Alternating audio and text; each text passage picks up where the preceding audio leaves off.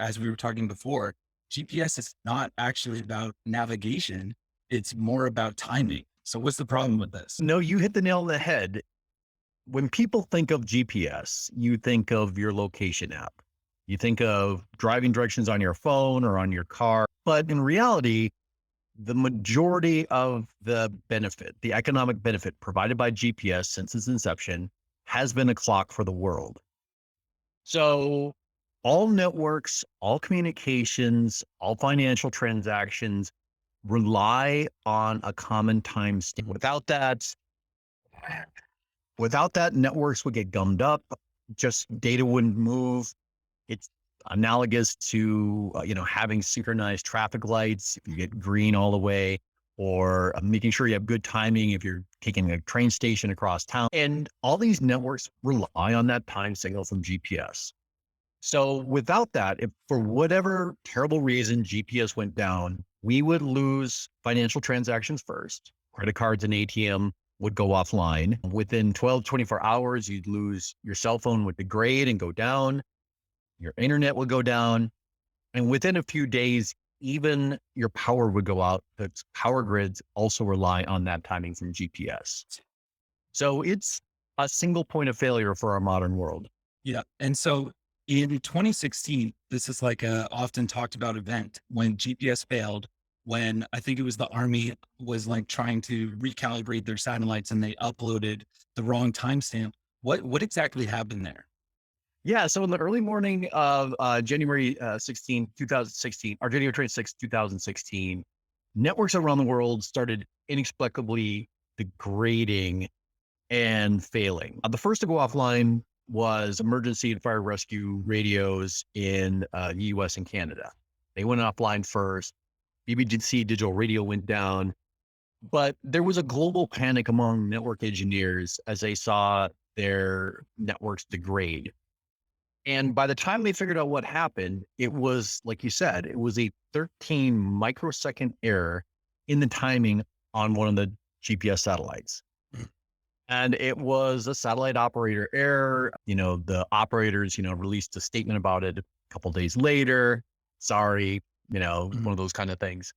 But it's one of those events that illustrates just how close we are to, kind of a modern day communication apocalypse if GPS ever went down.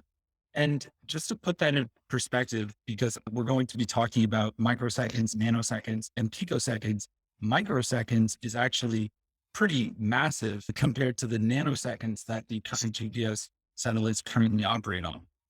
Yeah. And so just to give you a perspective, people think of the timing and the importance of having an accurate clock on your phone. For you and I in our modern world, if our clocks are accurate to within a minute or so, we're good. You'll be late for meetings or this or that. And then there are applications. Okay. You need to get down to, 1/100th of a second, which is a millisecond. Microseconds, another layer below that, then nanoseconds, then picos. But 1 microsecond is actually the time it takes for a hummingbird to flap its wing once. It's a very, very short amount of time. And that error in one GPS satellite damn near derailed all communications. So it just shows a fragility of like how tightly wound these networks are and require, movement of data. And then just to expand on that, when you were saying that emergency services were the first to fail, what exactly happens in that situation? Well, it essentially failed because just in general, the way these communication networks work. So in the olden days, if you're old enough, you probably remember nobody needed to synchronize anything. You had a clock, you had a wall in the clock, and every once in a blue moon, you would maybe call a phone number or check, and you would set it manually, kind of like we did over the weekend with daylight savings time. And everything was analog and everything was broadcast. So you'd have a broad beacon up on the hill, and it would send its signal to your TV. And whenever it arrived, you'd watch your episode of Magnum PI, and, everything's fine. About the mid 90s, things went digital.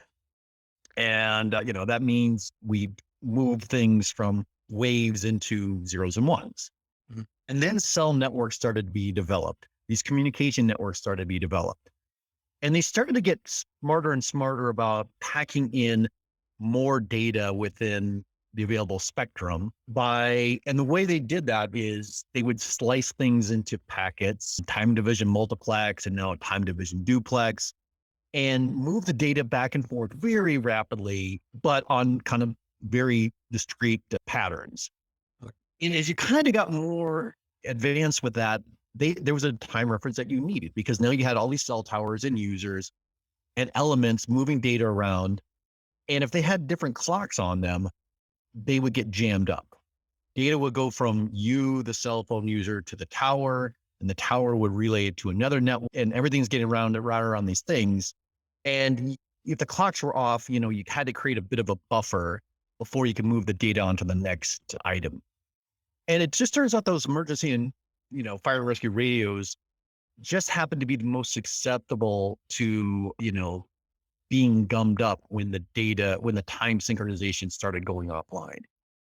Now, as the networks have evolved, they started using GPS because the time was available. That was it. That's the only reference out there to provide that time reference. Everybody started using it and kind of buffering it or backstopping it with other more exotic methods. So there's a little bit of stability and resilience in the network. But it just so happened those emergency and fire rescue radio networks didn't have that level of backstop on it. So it collapsed pretty quickly. Okay. Yo, what's up, everyone? I hope you guys enjoyed that clip. I have more clips on the channel, and the full podcast is linked in the description. And I got some more cool interviews coming soon. So I'll see you guys in the future. Peace.